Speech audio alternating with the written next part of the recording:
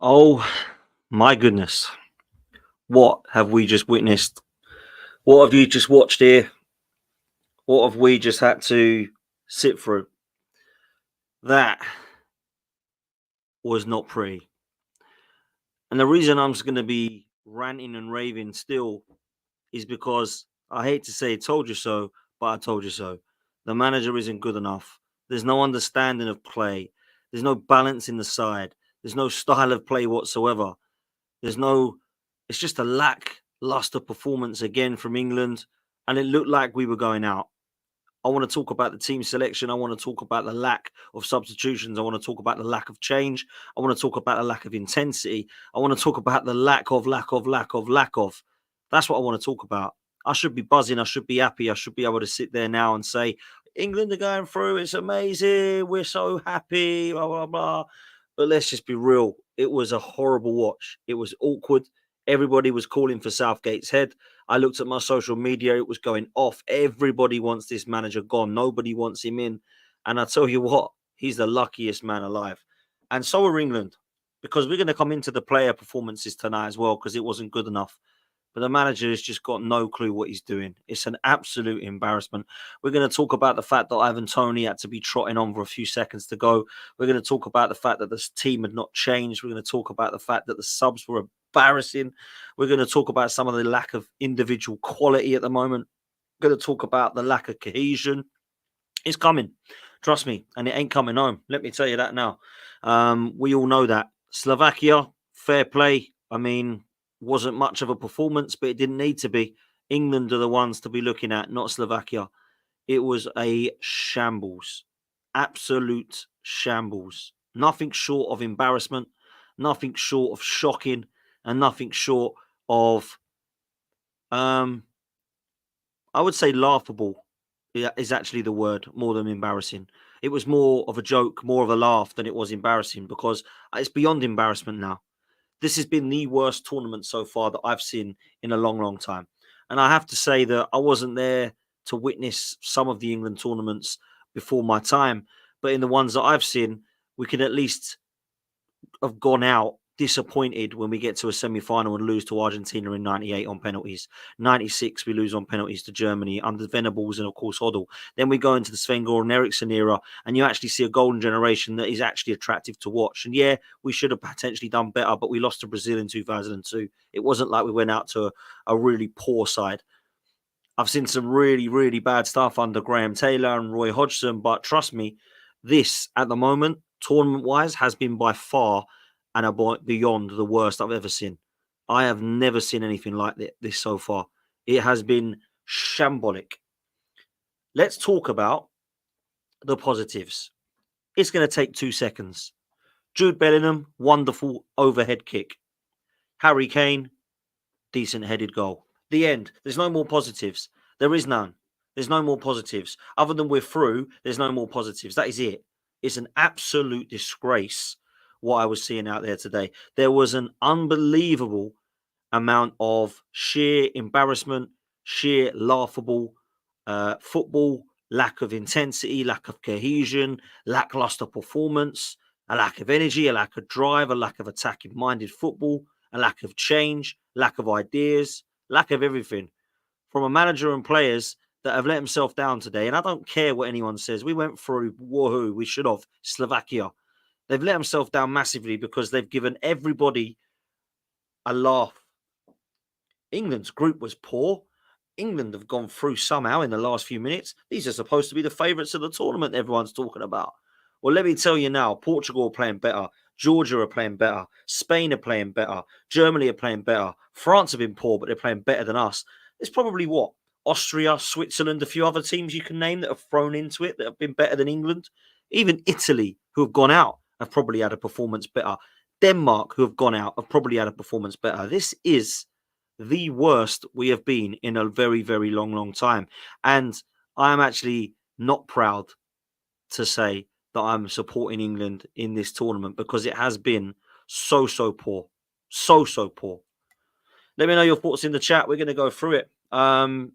Let me tell you why I was not happy. I have not been impressed in the lineup so far. I've not been impressed with the game so far in the group stage. So I was expecting to see some form of change today, and we got it. And it wasn't great, was it, people?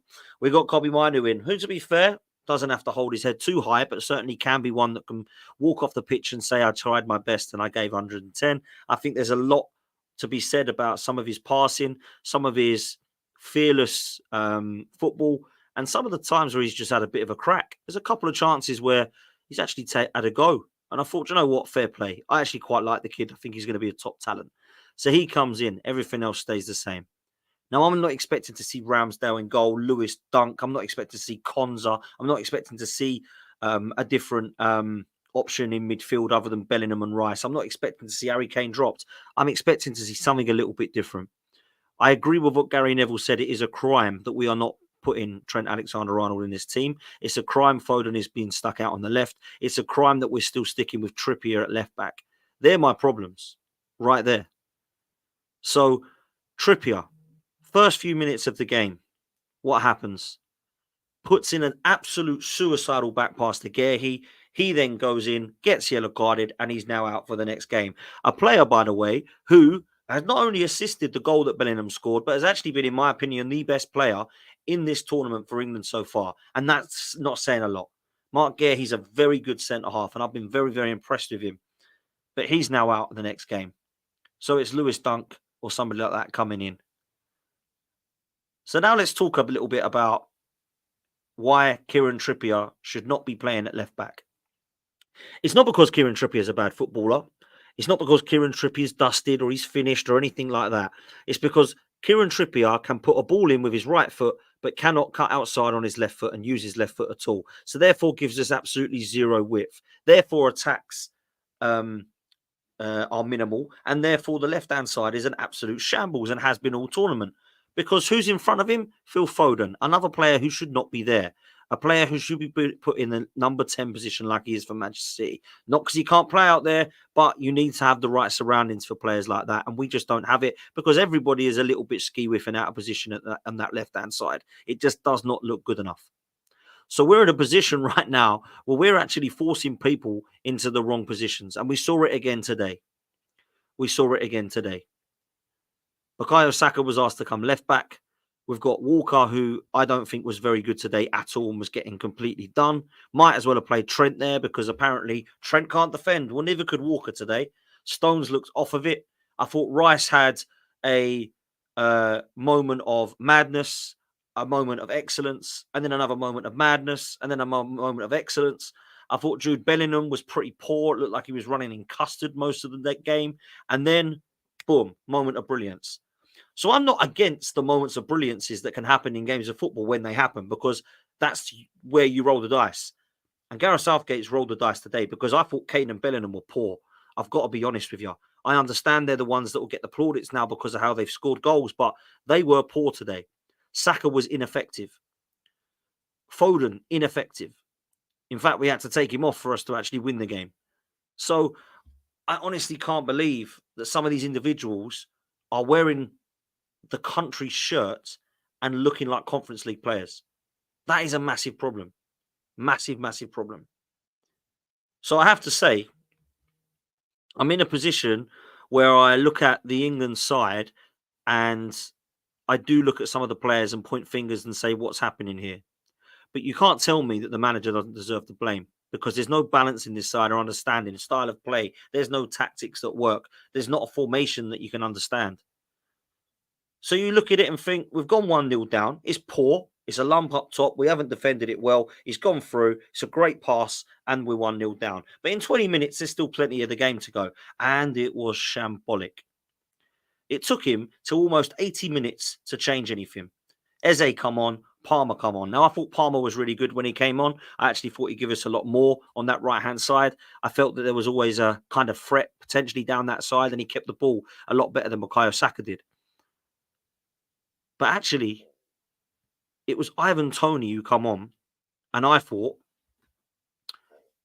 changed things a little bit. I felt like there was more of a presence up top somehow than Harry Kane. I thought that there was more link-up play with Ivan Toney. And it's absolutely crazy because he decided to bring him on after going 1-0 down 20 minutes into the game. He brought him on for 90 seconds at the end. And I thought to myself, aren't we needing a goal here? Now, don't get me wrong, we've got it. And it's Bellingham who scored it. But you can't sit there and go, see, Southgate knew what he was doing there. Because that is not just rolling the dice. That's being plain stupid. Praying that there's a wild card somewhere. Yeah, we've got players that can turn up within seconds of the game. But we've played about 5 minutes of decent football this tournament. In the first 25, I thought we were okay against Serbia in the first game. Other than that, it's been really shoddy football. And the goals that we've scored have been poor. Tap-ins from Kane, header from Bellingham in the box. Overhead kick was world-class today. Another header in the box from Kane. We haven't seen enough. So honestly, Ivan Toney and Eze, fair play. But you can't sit there and go, see, Gareth knows what he's doing. Because those subs were way too late. This is what we've got on the bench, by the way. Palmer, Eze, Toney, Gordon, who didn't get a mention today, didn't get a game today. Ollie Watkins, Adam Wharton, these guys that are coming on. It's embarrassing to have them on for a few seconds. So the positives today are Bellingham is world class when he wants to be. Unbelievable overhead kick. Harry Kane can still know where the goal is. And Ivan Toney was and Eze, to be fair, were both good impact subs. But the rest of the game was a shambles. I'm sick of watching England players pass it backwards and sideways. Sideways, backwards. I could tell you, I could play for England tonight. I could have sat there next to John Stones and I could have just passed it forwards and backwards. I could have sat there in the Declan Rice role and just gone backwards and forwards. I could have sat there in the Kyle Walker or the Kieran Trippier role and just got the ball and passed it back. Every player that got the ball in any form or any inch of a threat of an attacking-minded player went backwards. Shocking. So bad. So bad. So when people are asking for attractive football and attack-minded football, we're not going to get it under this manager. He doesn't want us to. When we went 2-1, what did we do, people? We sat back. He flung on Gallagher and Konza. And he took off Bellingham and Kane. That tells you everything you need to know about Gareth Southgate. Gareth Southgate has not done well enough in this tournament for a number of reasons. Before a ball was kicked, he's not bought any cover at left back that's any good. So he could have bought Tariq Mitchell, he could have bought Alfie Doughty, he could have bought in other options at left back other than, who was it he's picked now? Ben Chilwell was another option. Who's it he's picked now? Forgotten his name. Joe Gomez. Joe Gomez, no point bringing him because he's not going to play him. Trippier's our left back. That's a big mistake. That's a big mistake. In midfield, we should have one of the best in the competition, but we haven't. Because for whatever reason, he is not interested in playing the best. He wants to force one of them out wide. Now, I'm a fan of Kobe Mino. I like him a lot, but Rice, Bellingham and Foden should be it. That should be it. Saka or Palmer or both and Kane. Now, when you do not feel like things are going right, change the system, man. Put Toney up top with Kane. Put Watkins up top with Kane. Put Palmer on, Gordon on, Eze as a number 8 instead of Bellingham if you want to bring somebody forward that way. If you want to take Phil Foden off, then you can change things a little bit and potentially put 2 players in midfield. I don't really understand what he's doing. It's like for like. And I'll tell you what, it's not just like for like, actually. It's worse that are coming on. Because Gallagher is worse than Bellingham. Yeah. And he's coming on to shore up shop. Konza, I like Konza. I know Billy on this channel loves Konza. But is he better than a John Stones or a Gehi or somebody like that? I don't think that he is. So we're not bringing on like for like. But it's like for like in terms of the tactics. And that's where Southgate has let himself down massively. So I will leave you with this, because this is going to be a short fan cam today. There's not much more for me to say other than I think we're going out to Switzerland. Because unless things change drastically, and I'm talking personnel and tactics, I think England are going out in the next round. Because I've seen Switzerland play. Thought they were very, very impressive against Italy. I think they've had a very good tournament. If I'm honest with you, yeah, I fancy it. I fancy it. I fancy it to be England, Switzerland, and England go out. unless we change things. I have to say this. I understand why Pickford plays in goal, but Trent Alexander-Arnold has to come in at right back now. We have to see some attack-minded threat on one of our fullbacks, and it has to be Trent. At left back, if you want to go and put Kyle Walker over there, fair play, go do it. But for me, I would be playing Joe Gomez because he's been good for Liverpool and deserves at least a game. Centre halves, you don't change them because Stones and Guehi, I think, have been really good. Guehi particularly has been really impressive. But if he's out now and suspended, you might have to bring in Konza. You might have to bring in somebody else alongside him. I think next best after Mark Guehi would probably be Konza, if I'm honest, because I think that there's not many other options. I think Konza's better than Dunk, if I'm honest. So that's why I'd have to play him. And then in midfield, please play Rice and Bellingham in the pivot and then Foden in the 10. And then you can have Gordon or Palmer on the left, Saka on the right and Kane up top. People might think that's out of order on Kobe Mainu, who I thought was good today. But let's just play our best 11, please. Please, let's do that. I do not want Foden on the left anymore. Foden's been really poor this tournament. Really poor. Kane, Bellingham, poor, but they're scoring goals. Foden isn't doing anything on that left-hand side. It's been really poor from him. Really poor. Saka, not been good enough. I think Palmer is definitely putting pressure on him for his position. I think Gordon and Palmer should be definitely putting pressure on Phil Foden for his position. It's just not been good enough for England as far as I'm concerned. And Gareth Southgate's not done enough. He just hasn't done enough. I don't know where we go from here with Gareth Southgate because I think he needs to be gone anyway. We're not going to sack him in this competition. He's not going to make changes. He's going to pick the same team. We all know Harry Kane will be up top. It will be Saka and Foden either side. It will be Kobe Mainu, Rice and Bellingham. And the back four will probably be Walker, Trippier, Stones and Konza. And then Pickford in goal because he's now suspended apparently. So that's probably going to be what the team is. But I also, in defense of that, ask this question. If he makes changes, are we expecting anything different? Because I'm not. So I sometimes think, why do I get so angry? Why do I get so annoyed? And I think it's because I want to see that to be proven that it won't work. And once I'm proven that it won't work, I can then go, do you know what? Fair play. It doesn't matter who we play out there. We can play a load of Lewis Dunks or a load of Jude Bellinghams and we'd still be the same because the manager ain't good enough. And that's what wholeheartedly I believe it is. My hearts in heart says that this guy is not going to take us to the next level. I think he's proven it so far. This has been the worst tournament. This has been the worst group stage. This has been the worst last 16 game. And this is going back decades, by the way. I'm 36 years old, which means that I've seen a lot of tournaments. I don't go back to the 80s, but I do go back to the early 90s. And I do believe that we are worse than we were back then. I think we're worse. I really do. We're worse than 96. We're worse than 98. We're worse than 2000. We're worse than 2002. We're worse than 2004.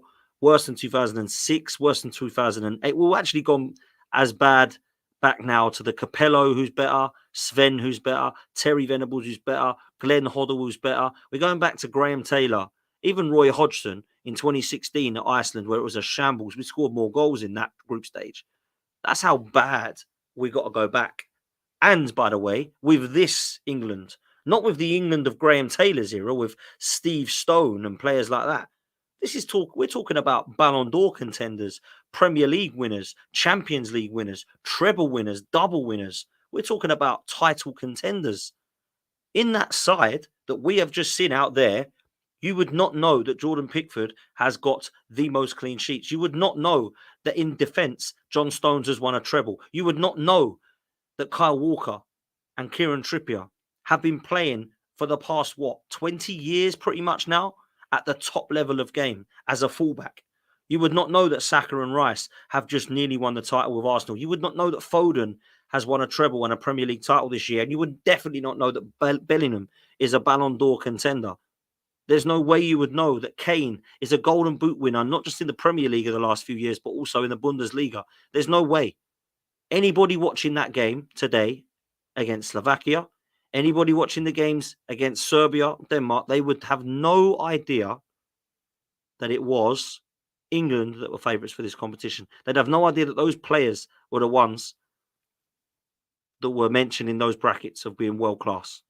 Nobody would, because there's no way no one can tell me that these players deserve mentions in those brackets. But I do blame the manager more than them, because the manager has got absolutely no idea what he's doing. And it's proven. It's proven when he's bringing on Tony with 90 seconds to go and we need to score. I mean, take a defender off. Go for it. Don't take Foden off. Leave him on because he can deliver a ball. Fling all the attackers on when we need to get a goal. It's so poor. It's just boring to watch. And by the way, the minute we get the goal, what do? Everyone back again. Conor Gallagher, on you go. Konza, on you go. Everyone back again. We see it out. Oh, dear me. It's painful. Painfully awkward. People say, who do we get? Who do you want? I don't care. I honestly don't care. I really don't care. Who's available right now? Graham Potter, if you want English. If you want somebody that isn't Jurgen Klopp, hell, I'd bring Arsene Wenger back and manage these guys. Honestly, it is an absolute shambles what we're seeing, and it needs to be better. So we move on now. We got Switzerland on Saturday, and this week we're just going to have to sit and try and chill and prepare ourselves for it, because it was a mess, an absolute mess. That's all from me. Make sure you do me a favor. Hit the like button. Hit the subscribe button. And we'll see you next time. Big up, everyone. Take it easy.